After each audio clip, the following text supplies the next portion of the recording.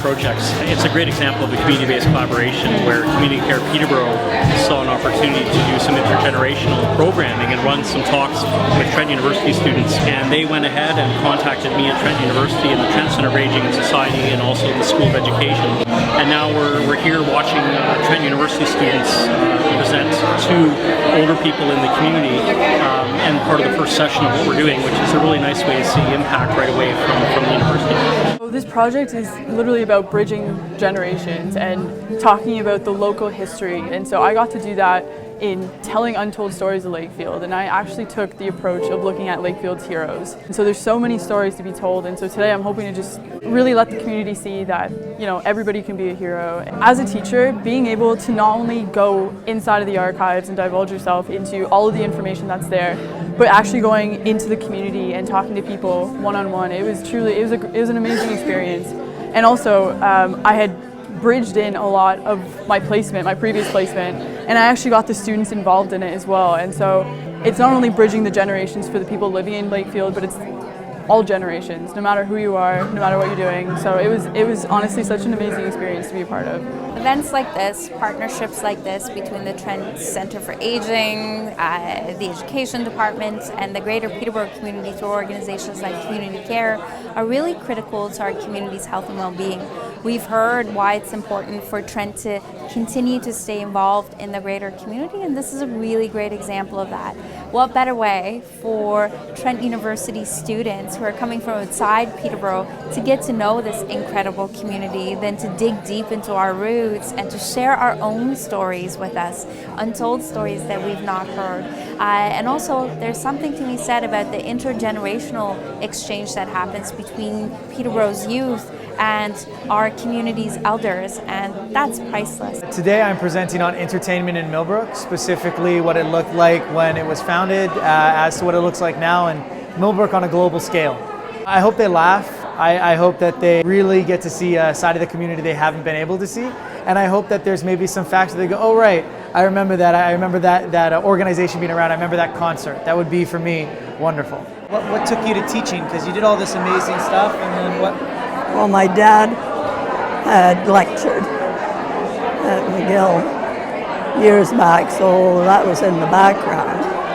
And at that time, you were either a secretary, a nurse, or a teacher, or, you know, what else?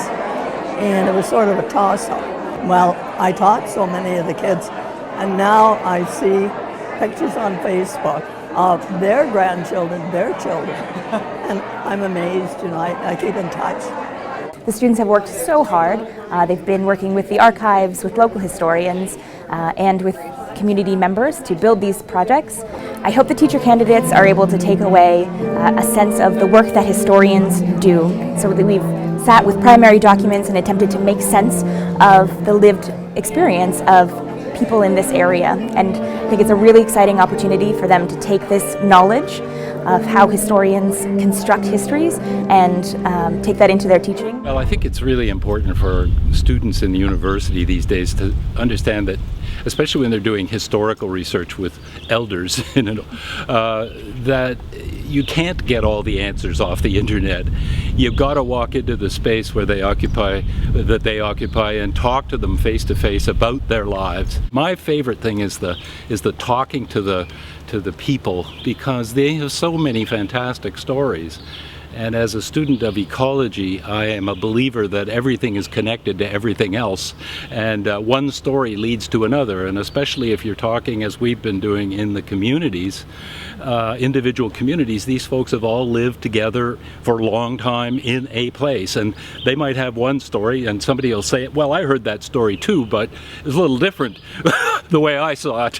And so it's never absolute, and one of the best places to destroy absolutes is when you get a group of people talking about the same thing in their community. So at the beginning of this project, we started off like getting together and first figuring out which area we were doing, and then once we did that, we went to the Trent archives to learn about what kind of things we should be searching for instead of keeping it so broad that you get everything, to try and narrow it a bit to a certain direction that you wanted to go in. Today we're here in Bridgenorth at the Community Centre.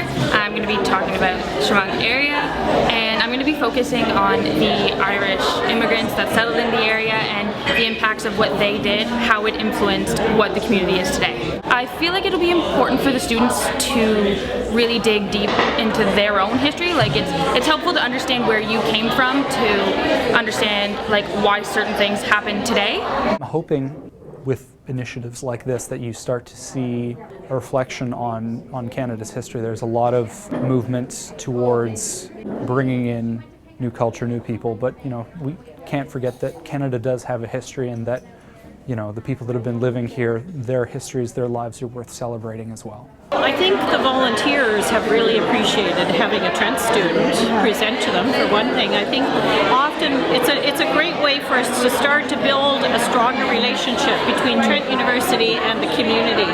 And for the students, it's certainly, I'm sure, an amazing experience, practice for them to learn how to present to community groups and teach in a public setting.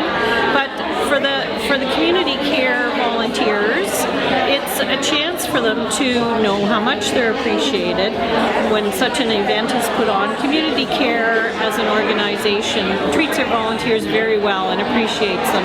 And I think this is going to be a tough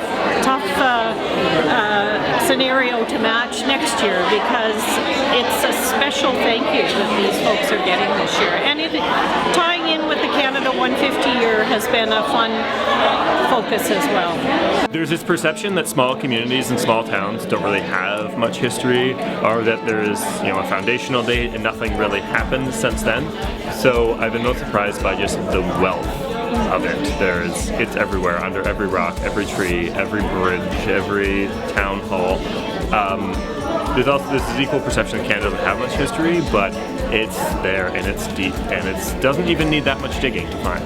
The theme I focused on were untold stories and honoring the past. So really, I'm trying to get at the stories that really matter to the community, to celebrating the volunteers that are here today. Not so much foundational dates and bridges being built, but what makes a community. And I think it's important that we learn about history so that we can learn about the past and what people went through and how they thought and how it's influenced today even. And so a lot of the time people say like history repeats itself, and it definitely does. So I think it's important that we educate ourselves about the past so that we can make better decisions for the future. So the impact has given us a new way of approaching our events and bringing people together. Really focusing on the intergenerational aspect of these events has really something new for us, and it's a new level of interest. People are engaging differently, and one of our events, as you know, in Apsley, where the students were able to stay and really participate and engage in the conversations, that was really exciting and very meaningful for everybody that was there.